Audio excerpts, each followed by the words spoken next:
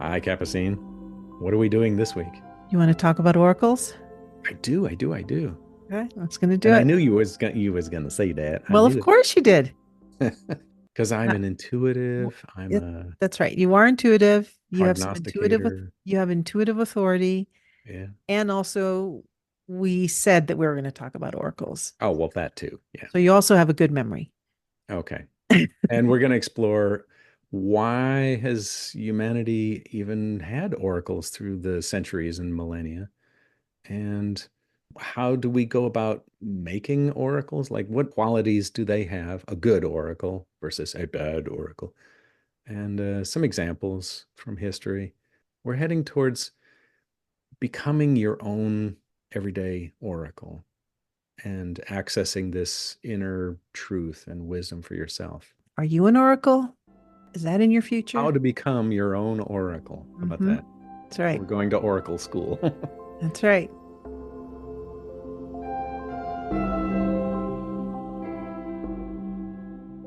I'm really intrigued by this show. This is part two of what we've been talking about with intuitive authority, and we're going to extend it now into getting a little bit more into some of the more famous, well-known, I guess you call them oracles, but there's like prophets and medicine men and women and shamans and all sorts of intuitives all over Mm-hmm. this planet. And we want to take, Diviners, yeah, yeah, we want to visionaries, take a look at some of prophets. those and what is the common denominator? And then also, why are we so attracted to these? Why have they persisted on this planet? And how can we start being that ourselves?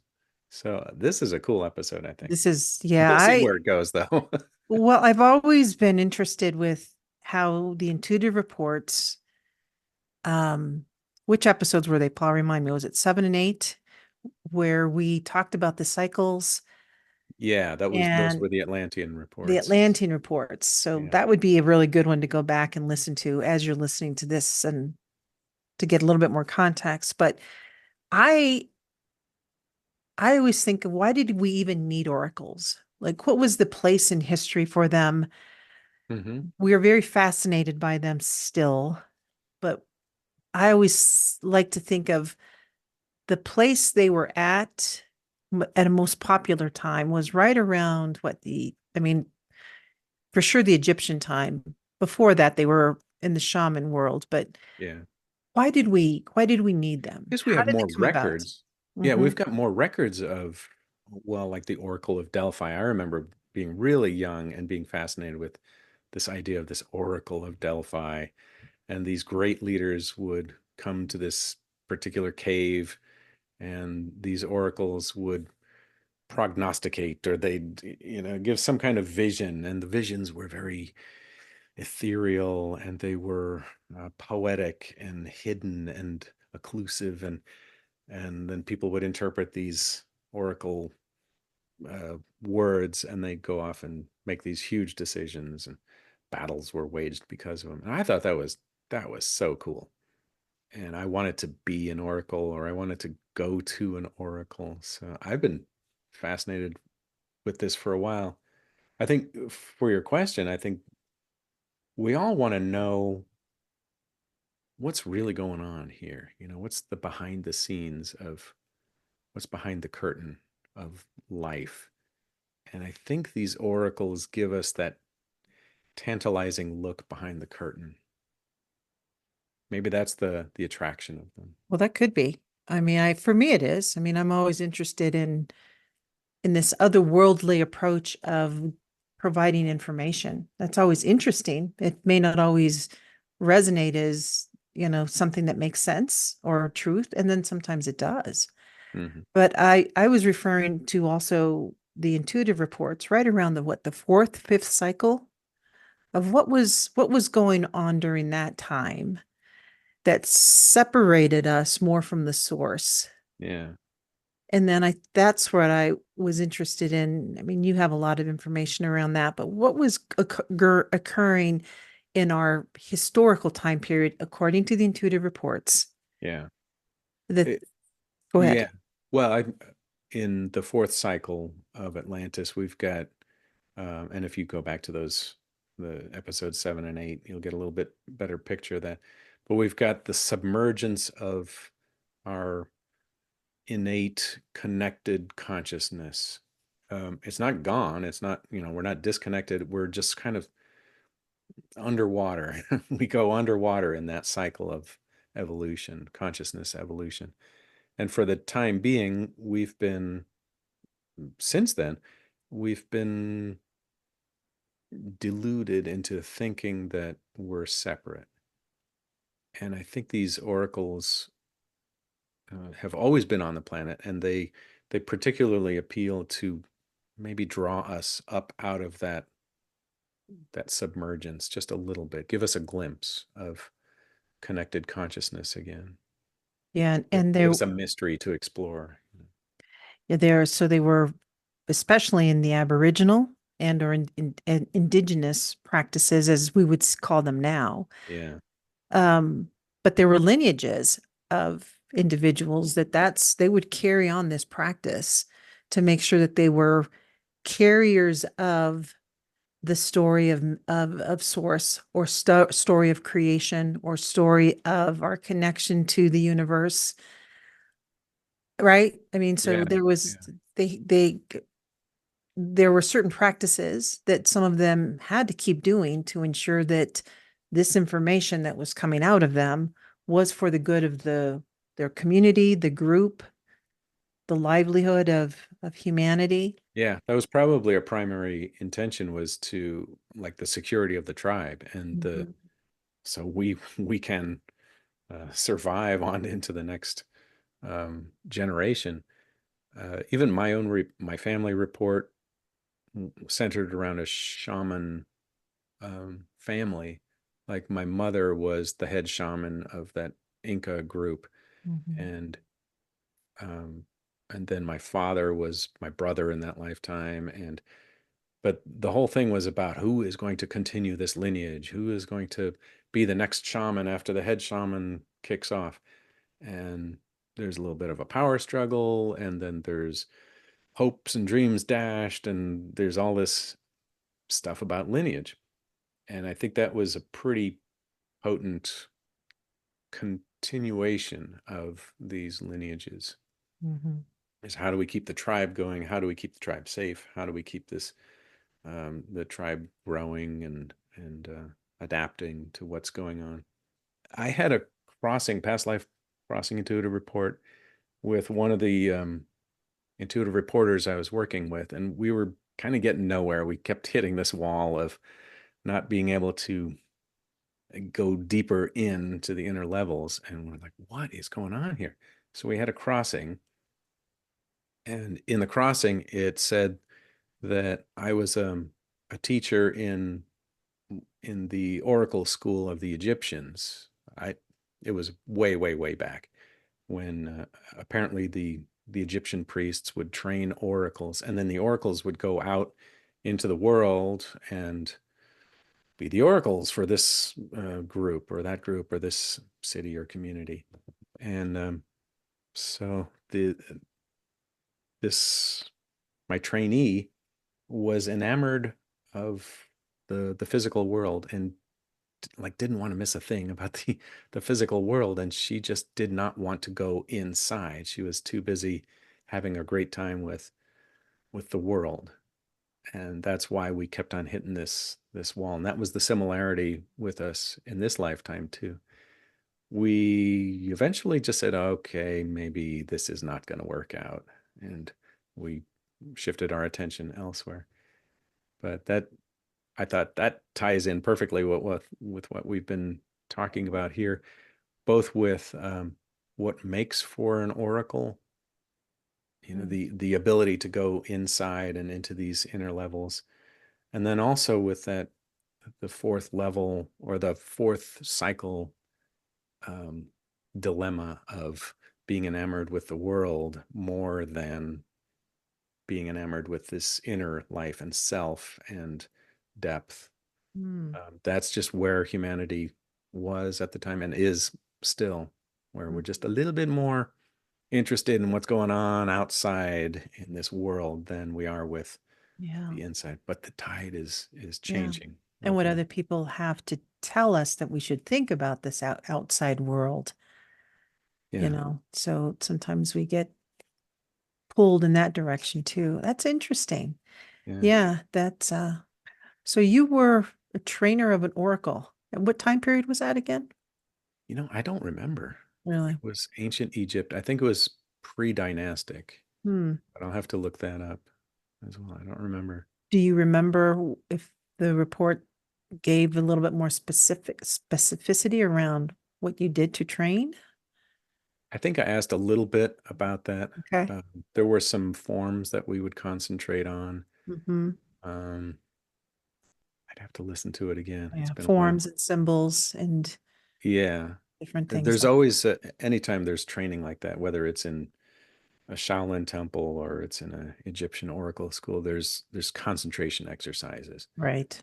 And then the people that make it through the training are the ones that can hold their concentration, which in effect opens this door into the intuitive world, is being able to hold your attention still or focused. And then ta-da, the door opens.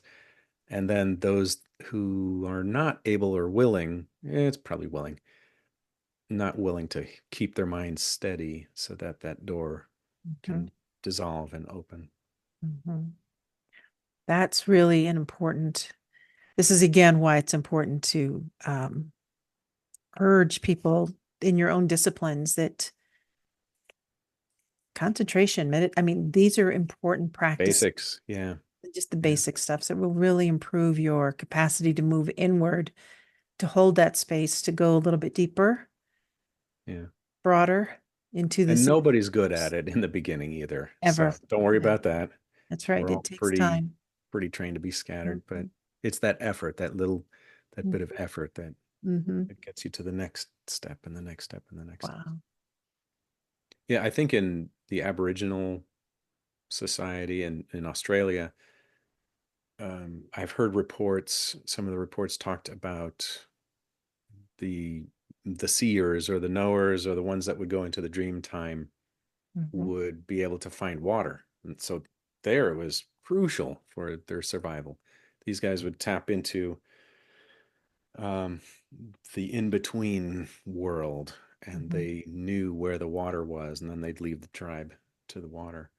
So, yeah, Yeah, there were practical purposes as very well as practical. other more divine purposes. I know Yeah. there was one intuitive report that I had that was a crossing with a dear friend of mine, and it was during that Aboriginal time period where it was a time period way back when storytelling was part of what our tribe was known for. Hmm. And what I was tended to do is withdraw more into nature. But one of the things that I remembered, it was that we all collectively had access to what's called a clear pond. Hmm. And so we all had access to um, this information that was known as the clear pond. Oh, interesting. Yeah. Yeah, and that was, I mean, I look back at it now, and in my mind, I always think it's another version of an oracle, but it was another form or having access to information. Hmm. But during that lifetime, I spent a lot of time in the inner levels of consciousness. That was what I did. Where my friend who had the Crest Life intuitive port with, she was the storyteller that would go out into the world and tell these oral stories because we had to keep that tradition going. But the way we would access this information was through this clear pond. Interesting. Yeah, and the clear pond, I'm going back. I probably should have brought it because I didn't think that we would talk about it right now, but duh. Hmm. But the clear pond had we had access to it, but I was not it's almost like they were the people that existed in, like, there was information that existed in this clear pond that I had access to, Hmm. but I was not the maker of that information.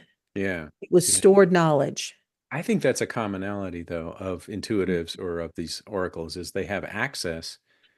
they're not making things up. They're like an intuitive reporter, right? So Mhm. they go into the inner levels, they see, they tap into this universal knowledge, and then they come back and they tell the story of what they saw and what they found there for the benefit of the tribe or for the benefit of the Yeah, community or an individual. right. Yeah.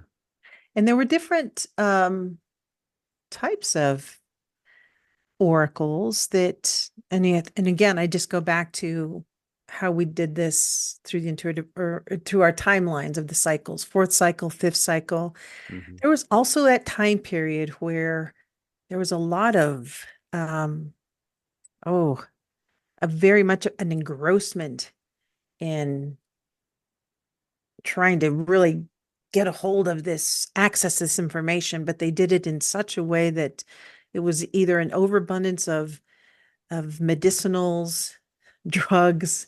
And I mean, right, they went about it in that way that it then kind of deterred from the sacredness of it or the divine Yeah. purpose of it. Yeah. We used But I to think, call that forcing your way into the inner levels. Uh, yeah, Chemically yeah. force your way in there, or yeah. Yeah, But and but there, I don't but there think were that also lasts, but yeah.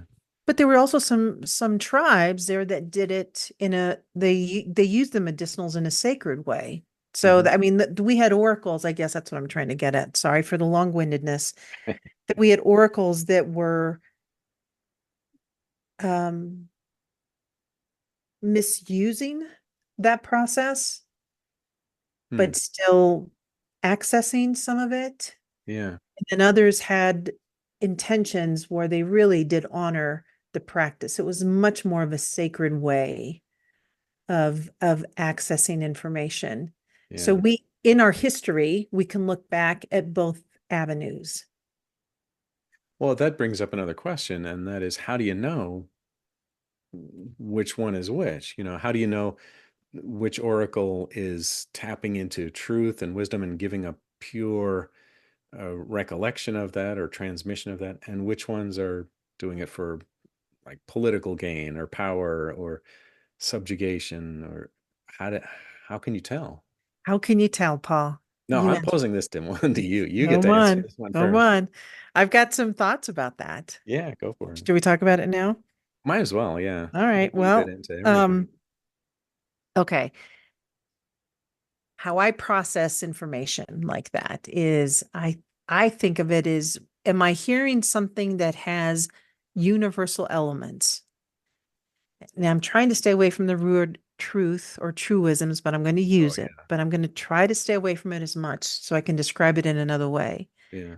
So as the information makes sense, it makes sense in a manner that it can probably be applied across the board to different people. Hmm. Um, does it have a trusting element to it? I mean, is there something about it that lands with me where it's like there's something about it that I just trust this information. Mm, Again, then I'm accessing my own intuition, I guess, on that one too. yeah. The things that bring up red flags for me is if sometimes I hear the information either has been forced, the source of that information has been diluted a lot. Maybe Hmm. that's another red flag for me. Um, if the source of information is too literal, if it's so literal, then that can be interpreted in a lot of ways as well. But I guess I could say the Mm. same in another way. Um, I don't know. That's so So for far, I'm me. liking this list. Yeah, Well, I mean, yeah. So I just kind of yeah, go back and forth. Does it have a test of time to it? Like, has it yeah, been, how long has it been around? What what modalities did it go through? Um, I don't know. What kind of personal experience did people have with it? I, yeah. I think you it's touched on it earlier too. Mhm, You said, is it of benefit somehow? mhm, Like, does it benefit the tribe, or does it benefit this person or this community, or mhm. is it beneficial? Is it? positive? Is it, does it lead to growth, or does it To- lead to something expanding? Mm, I think I would say a similar list, and then I would also add, does it does it put any one or any group down, or is mhm, there like, is one group exalted over another? I don't mhm. think that's universal then. If Yeah. one is better than the other, division, any kind Right. of divisiveness, I'm already thinking, yeah, I don't know about that. I'm That's coming more from a conscious mind perspective. Yeah, I'm better than you, Yeah, or our group is better than right, this right. other group, But if or it's talking about unification and we are all one, or we're all connected, or Mhm. then I'm thinking, yeah, that's sounding like it's a pure transmission. Yeah. And is there value to it? Is there some Yeah. value Is it to? beneficial somehow? Yeah. Yeah, Yeah. you said that already. That was another thing. And then I'm going to jump forward present time period with the current way we use medicinals now. Um, is it an escape?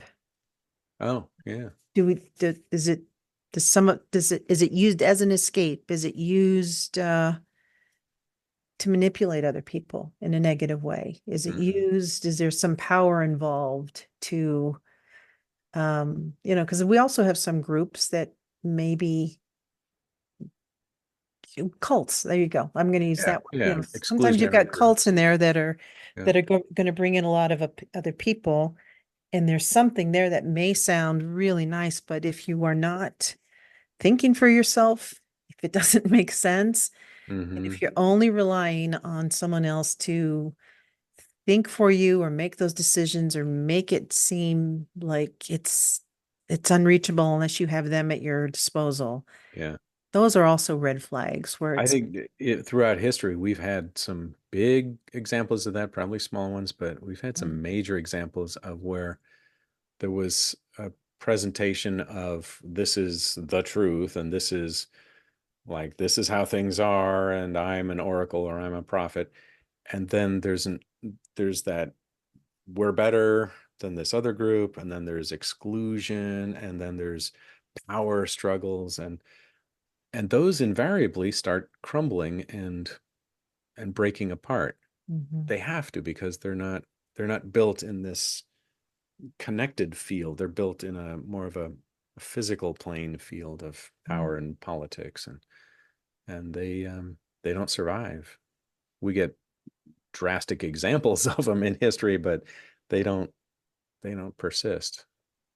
what are some of the ones that you are familiar with that you're drawn to? Well, one of my favorites, of course, is Edgar Cayce. Hmm. He didn't make this list that we have written here, but that's what I really started with, The Sleeping Prophet, and just was fascinated with that. I wanted to be Edgar Cayce, and then I found out he was actually dead, and I thought, oh man. I did end up meeting his son, Hmm. going out to Virginia Beach, and met Hewlin Casey there when I was 13 years old, which I will always treasure that moment. Hmm. Listen to him speak with my mom there, and I I think I just poured over everything I could find, possibly find, that he said or was written about him, and had that resonance of, this speaks truth to me. There's some deep part of me that this is speaking to me. Hmm. I didn't have a very religious upbringing. I did go to Catholic high school for 1 year because I thought I wanted to be a priest, and that kind of cured it. Hmm.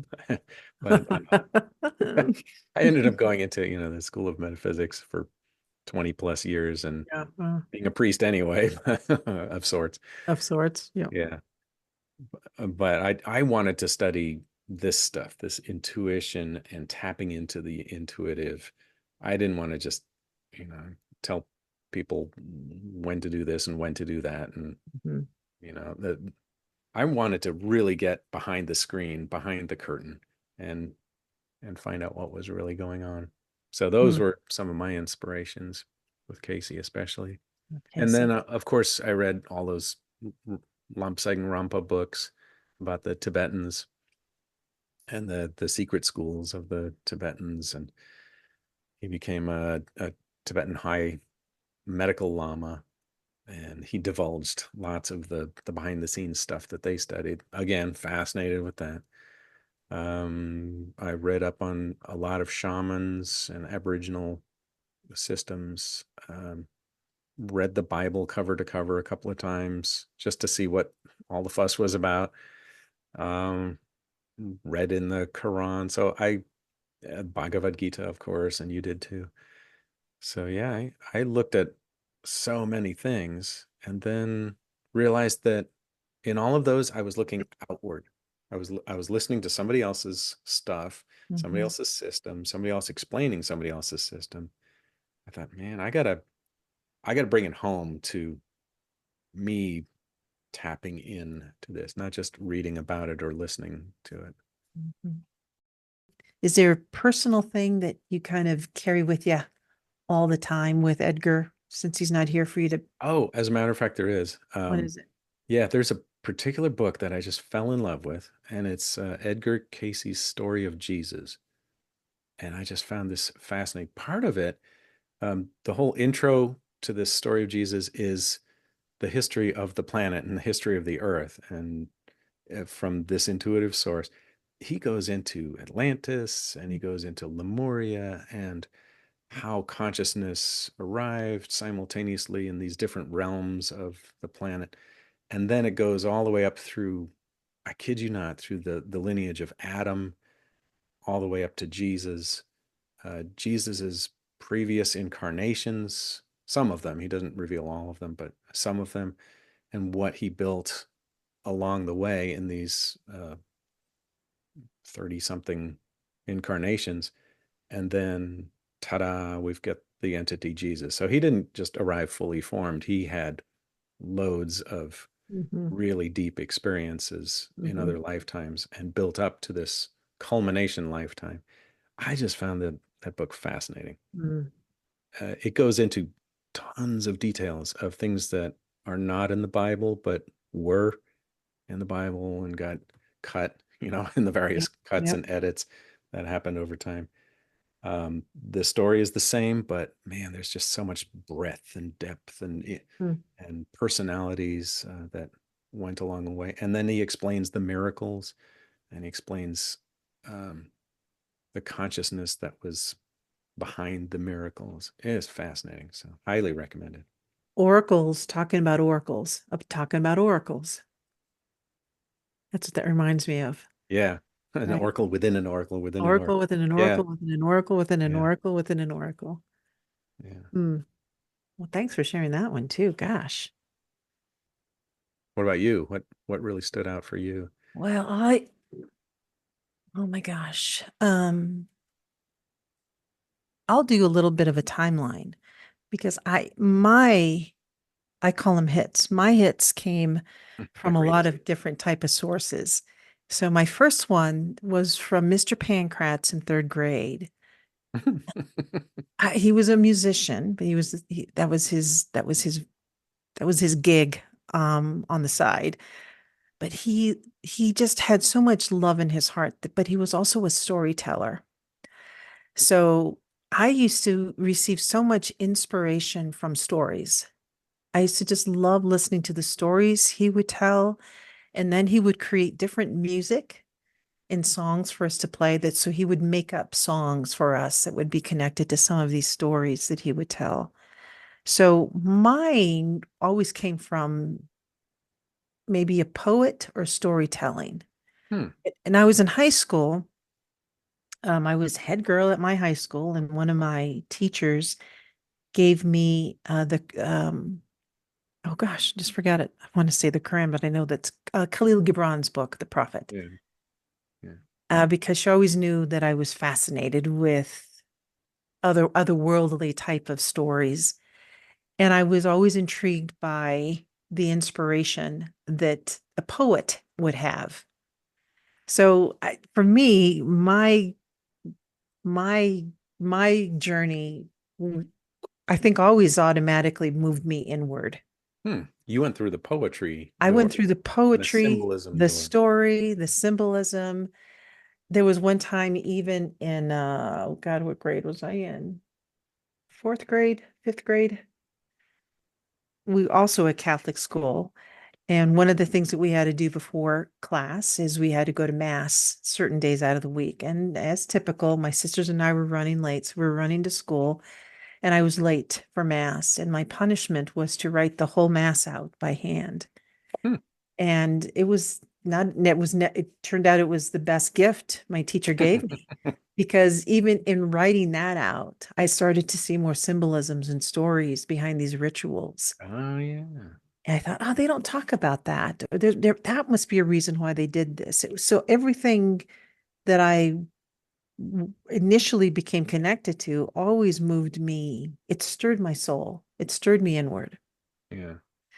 So yeah, but then and like you, I was always interested in um, stories across the board. I mean, my master's thesis was on stories of creation. So it was myths, stories from all across the board, Hmm. Eastern, Western, Creation myths and creation, creation everything. stories.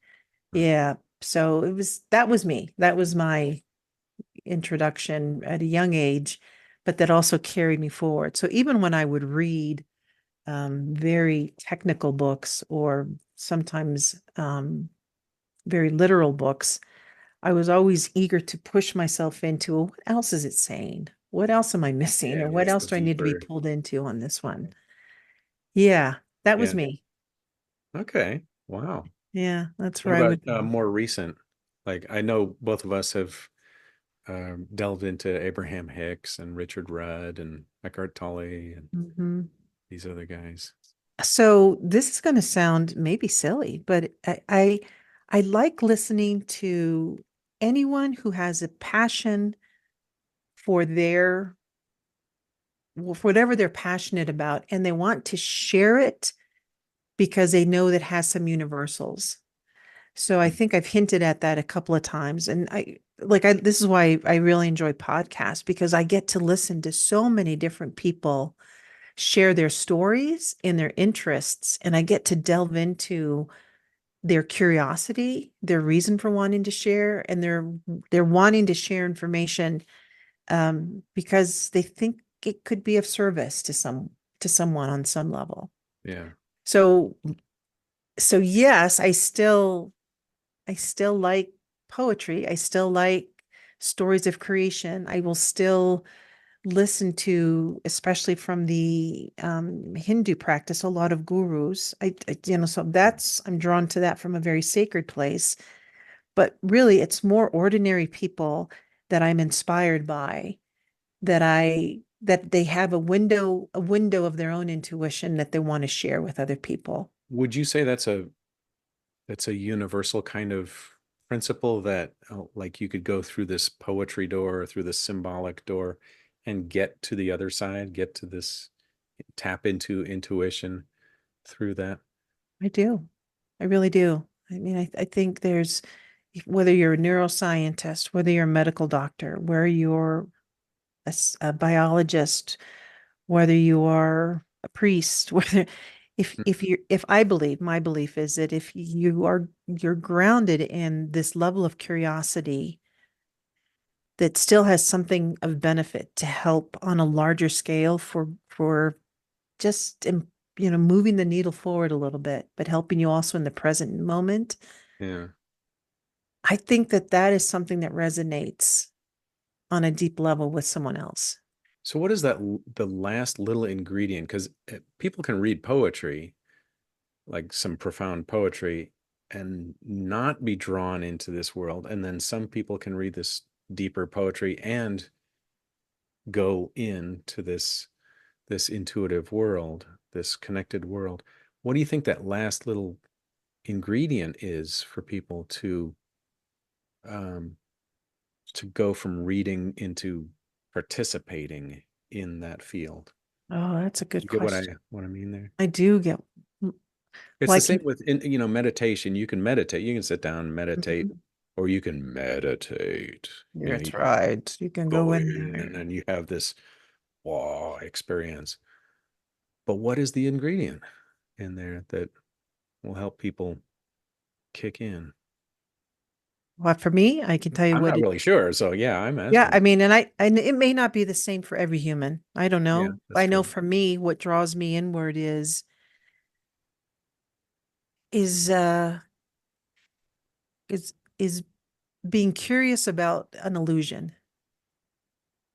Being curious that there's an illusion and a mystery. And if, like, for example, The Little Prince, have you ever read that book by Yeah, Saint yeah, yeah. Antoine Exupéry?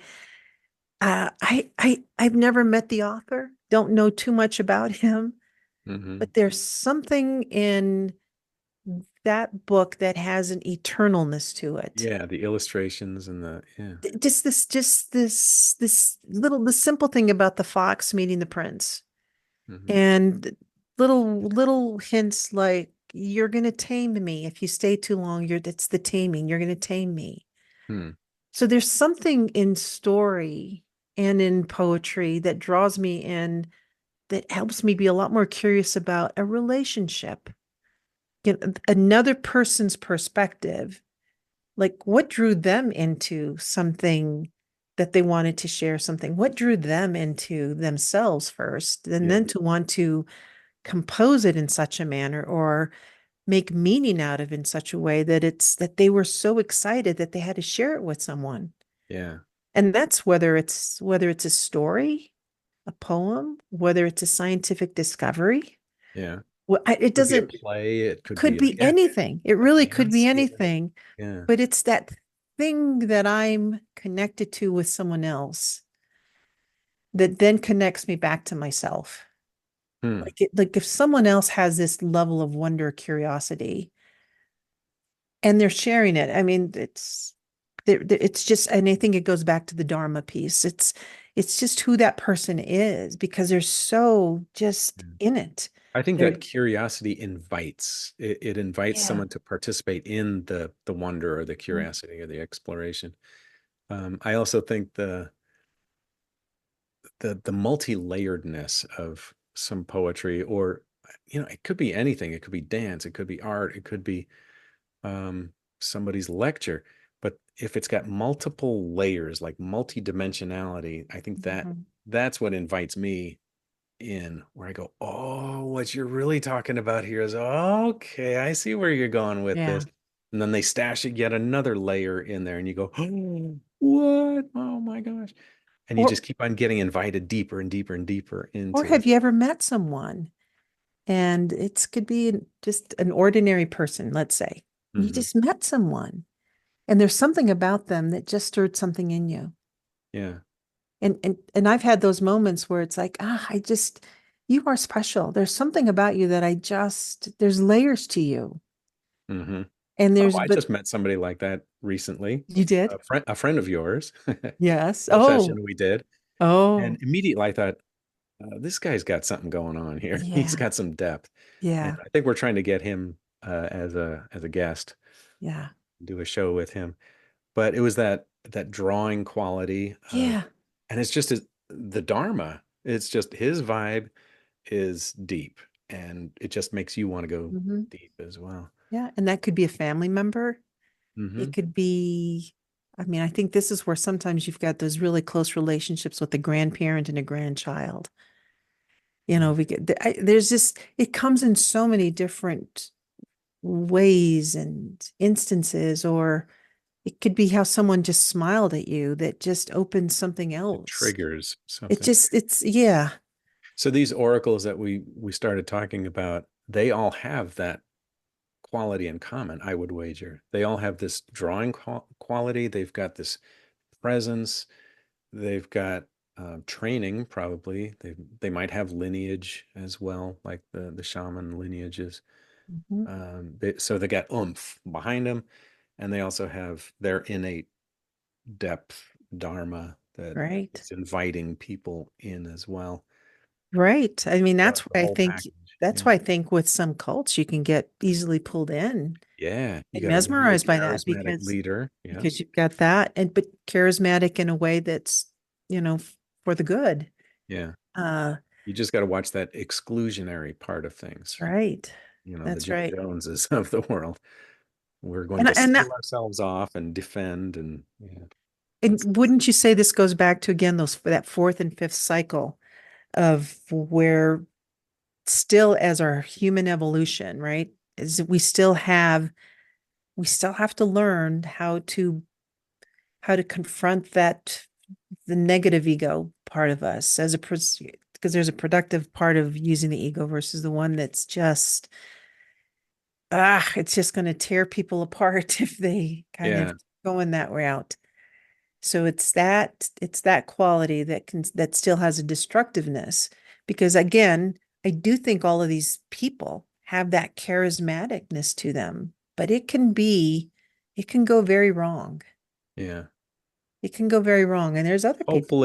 Hopefully we've got red flags that go off, but we know from history that many people ignore those red flags. Let's hope that you ignore. Charismatic leaders, and they think, oh, Mhm. they know so much and they're so deep and they're so wise and they're so true, and they lead them over a cliff. And yeah, Yeah, but I do think that we're in the stage of uh the oracle within you is ready to emerge. yeah, yeah. I think we're well down that path now of developing your own intuition, developing your own reasoning ability with the intuition, so that Mhm. you can make choices instead of just be led by this charisma and experiencing it for yourself. Mhm. I think that's really our future as humanity is we're all bit by bit tapping into this connected level of consciousness that we've been talking about for however many episodes.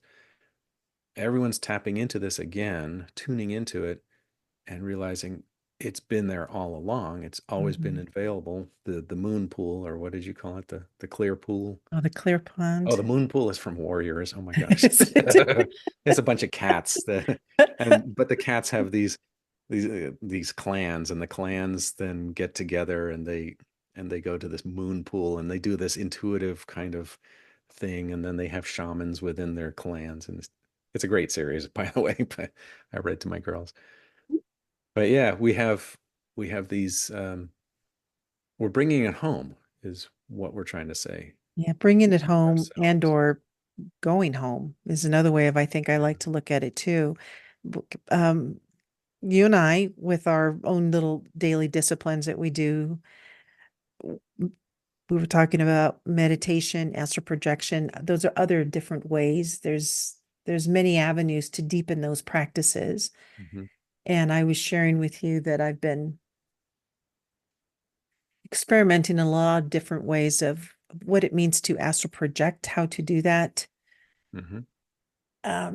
But for me, it it ties in very much with a deeper form of meditation. So one Yeah. of the experience when some of the experiences I'm having currently are, and even to describe it, sometimes it's very hard to put into words, but it's working, it's meeting your own energy and exploring how that energy is everywhere, but it's also inside of you, which is also everywhere.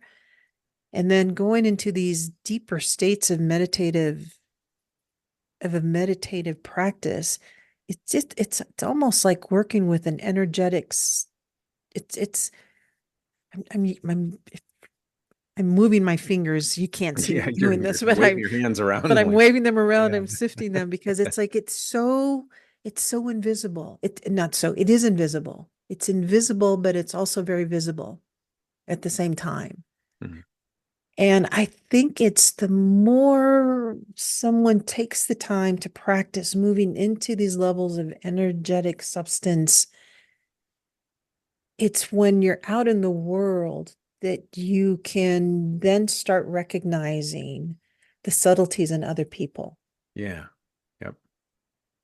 right? Like you asked the question, like, what is that thing? Well, it's for me, I know that when I was, I don't know, like in high school, my brain was filled with a lot of activity, even though I was very drawn to this way of thinking.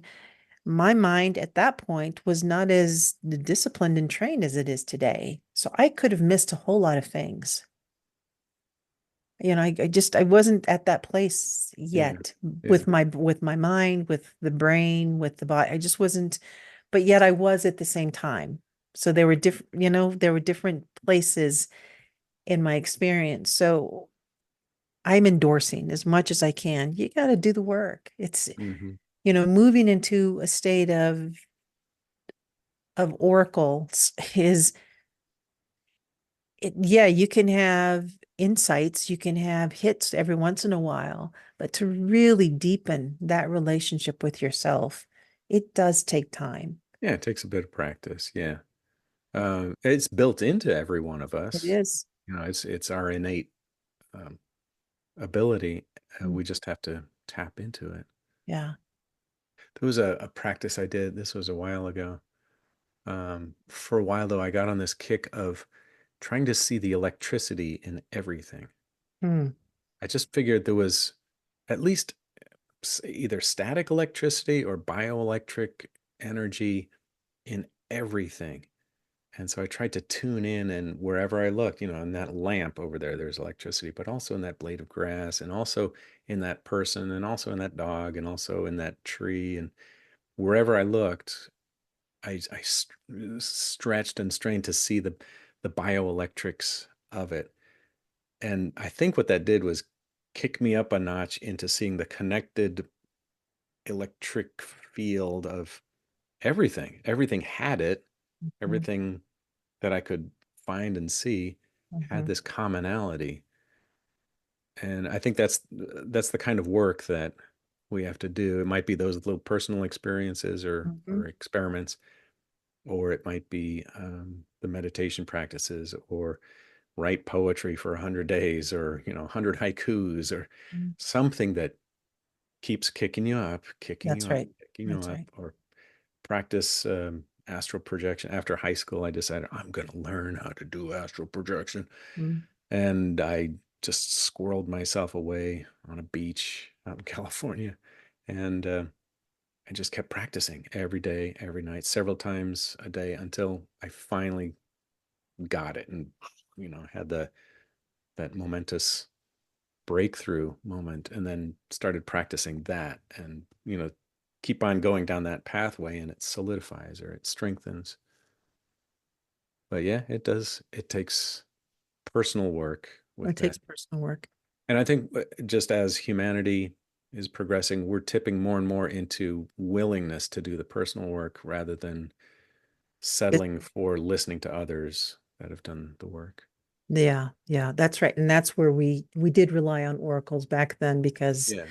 or you'll go to a psychic, which I've been to, or Yeah. or whatever. I mean, you're right. It can give you insight and it can give you a nudge, but I think it's really meant to draw us personally Right. into having our own experiences. Right. Dream work, all of those things are valuable. Yeah. Um, yeah, they're all very valuable to the work. But you also said you asked earlier, like, what is that thing, that nudge, that's going to That cause last little piece that that, little piece that's going to yeah. have you go deeper? And I would say that you answered that a little bit just now as well. It's those individual practices that you do to that will that will give you a depth and breadth from where you previous were before. Hmm.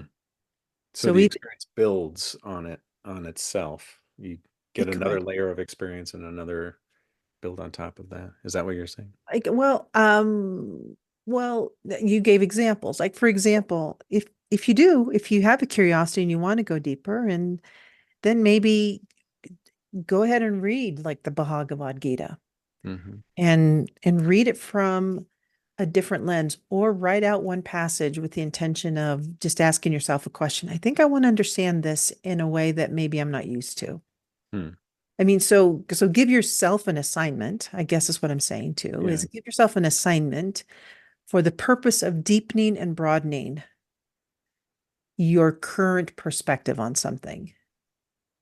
Yeah. Okay. It's your, yeah, so if I'm also a visual artist. So sometimes I think, God, I just have to try something new because I'm so used to doing this certain thing in a certain way. So challenging yourself as you Something that will give me stretch a or challenge different yourself. perspective, cause me to stretch, but the intention behind it is to deepen and broaden my perspective. Mm. There And was a concept that I played with for a while, which was change doesn't happen just from experience. Change happens from your effort towards something because of an experience. So an experience can spark something, like you might read something, but you have to give a little bit of effort beyond just receiving it, just beyond just absorbing it. You have to move toward something, I move think that's towards the a action. higher ground, or yeah, it's the action. It's the action piece, which I think is connected to karma. Oh, there you go. So I do. I think Nice.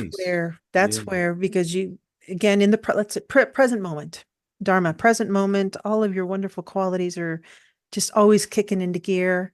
Hmm. But in comes something else, Your dharma will draw you towards a drop karma, something, and a there you, challenge of some sort. so you need to have action to Yeah. help you move towards that. And that's where it'll again, I'm saying, will it move you? I don't know, but action will move you somewhere. Yeah. You It'll could cause the energy. refuse.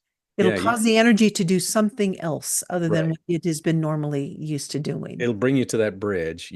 But you have to walk over that bridge But to the the other action side. has to occur. I think that's where the karma comes in. Huh. And so back to bringing the oracle out, of with from within you. Hmm. Again, it goes back to the dharma and the karma as companions doing the work together. Because Yeah. it's again, you may get a little hit or an insight, and Mm. that's sure that'll give you some divine inspiration for the moment, but something that's going to be lasting, like for the oracles that are coming to the world now, right? Something lasting, not just hits, not just a little bit of an insight, something that's lasting.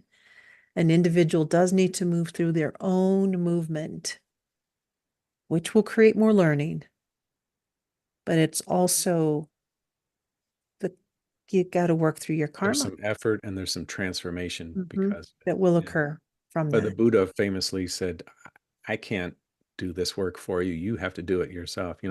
I'll show you the way to the edge of the river, but instead of just running up and down the side of the river, you have to actually cross over to this other side, the transformation to the other Hmm. way of living or the other way of being. Hmm. You have to do that work. Hmm.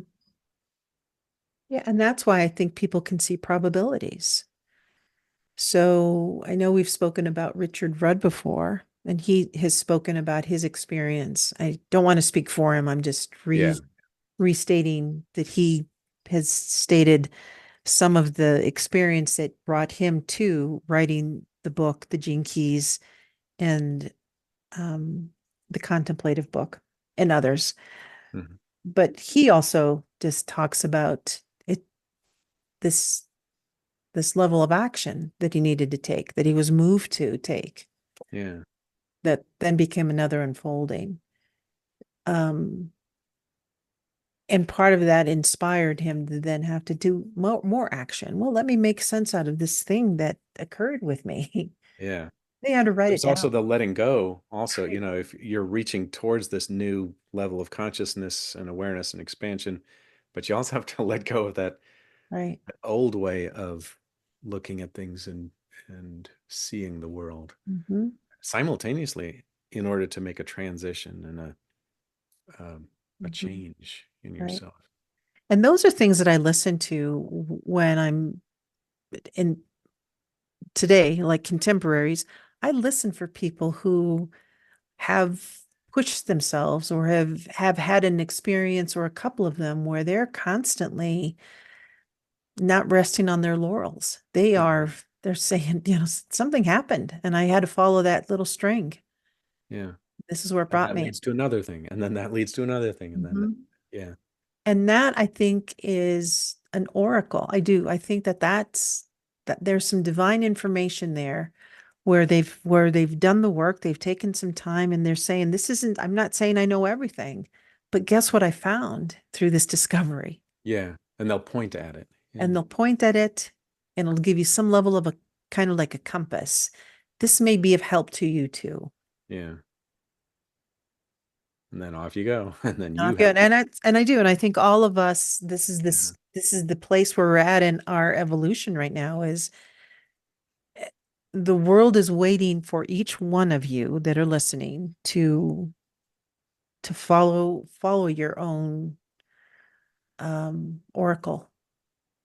Yeah. Un- un- Be become be, the own your be own. it, become it, share it, explore it, look for a mentor, Mm-hmm. look for a And then trusted and friend. then probably share it also because Right. chances are you'll be able to inspire someone else who is Mhm, just starting to look and listen and learn and see with different eyes. Their veils are mhm, starting to lift and mhm. they're seeing the world a different way. Yeah, So yeah, you can be wow, yeah. You can be your fourth grade teacher who plays a song in class and inspire someone in this huge trajectory and change the course of their life I just from know. just from And I telling a did have a story and chance. playing a I did song. have a chance to call him years later, and he was older, I was older. And I asked him the question, why? Why do you think you taught the way you did? And his answer was, I just loved everyone. I loved it Mm, came from a place of love. I knew that every child deserved love. And my way of giving love was the way I taught. wow, It was just beautiful. that's Yeah. cool. Yeah. Oh, Mr. Pancratz. Yes, I even drew his picture on my white wallet, with his red mustache, red hair. What did he, I mean, On your wall. I truly, he was my first boyfriend. He was my first love Hmm, interest, was my third grade teacher, Mr. Pancratz. wow. You never know who you can inspire. Yeah. You can wonder what past life connection you had or what kind of soul contract you might have Yeah. arranged before that, but it kind of doesn't matter. It It's doesn't, just yeah. this Even if you guy did his loving gesture and you received it and I received sparked it. you. Right. You don't have to believe in reincarnation, none of this Right. stuff. Yeah. Know that something connected between the two of us.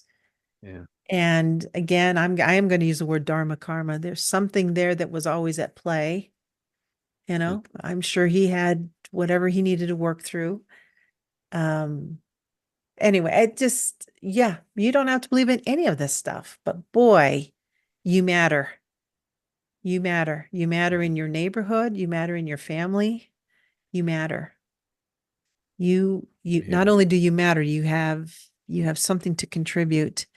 And wouldn't it be great if you just consciously awakened to that and then started to do it a little bit more on purpose? Yeah. And go back to those elements that we talked about at the beginning of is it beneficial? Does it help expansion and growth? Is it loving? Is it compassionate? And then you're going to be clean in the transmission Right. of your oracleness. And I think even by just even if you'd start that, then I do believe then you'll start listening to people in a different way. You'll receive them in a different manner. Yeah. You're tuning into that Mhm. level of seeing the world. Right. You'll tune into what they have to offer versus what repulses you about them. Yeah. Or what you're enamored with by them. I mean, you'll start listening to what's really there that I'm drawn to. It's the deeper level or the What's deeper the layer. what's There the is. deeper Yeah. intimacy that I can have with someone? And I'm not talking lustful or anything like that, but what's the deeper thing that I'm drawn to in this person that's that's also drawing me closer to myself? I think this goes back to the storytelling and the poetry and just it, those always drew me to creation, Mhm. to creation, creating the creator. being a creator. Hmm. It just opened every single one of those ping, ping, ping, ping, pings. The Edgar Casey material, that's what drew me in initially. Mhm. And for me, it was almost like an infinite depth.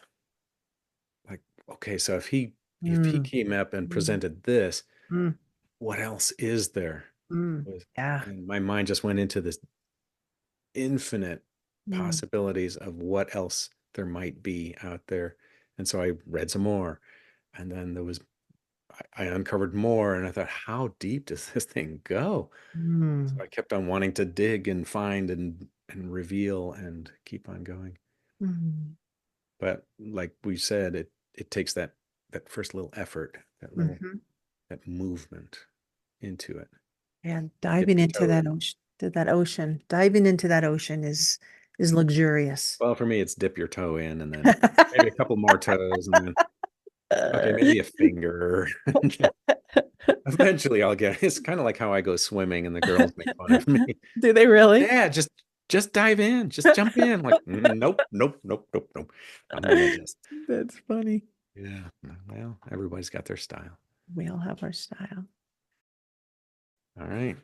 You're an oracle, Paul. All right. You're an oracle too. Good. Let's see, We're what other all word? oracles. Oh my gosh. Let's see, these are other words. Paul, you're an augur.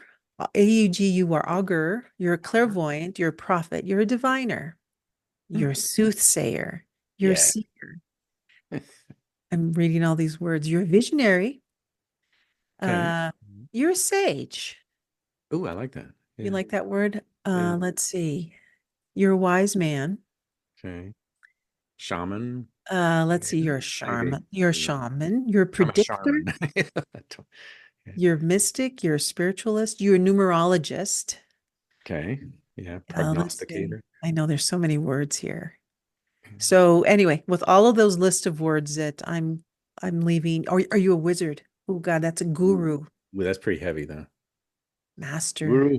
No, thanks. Yeah. a high priest. Ooh, a judge. They even have that word in I there. am just a simple monk. An aficionado, virtuoso.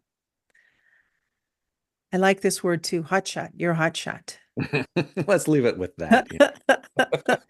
He's a Which, spiritual hotshot. where do you fall in under the category of oracle? Name Yeah. your title. Name your vibe. Yeah. That's a good place to leave it. Okay. Well, thank you for exploring this with me. This was really cool. Another way of looking at it, right? Yeah. Everyday oracles. See ya.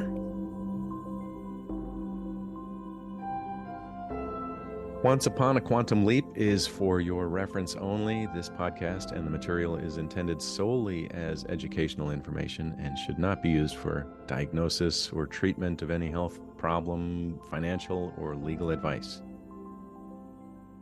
You can listen to full episodes and find out about Paul and Capucine at onceuponaquantumleap.com.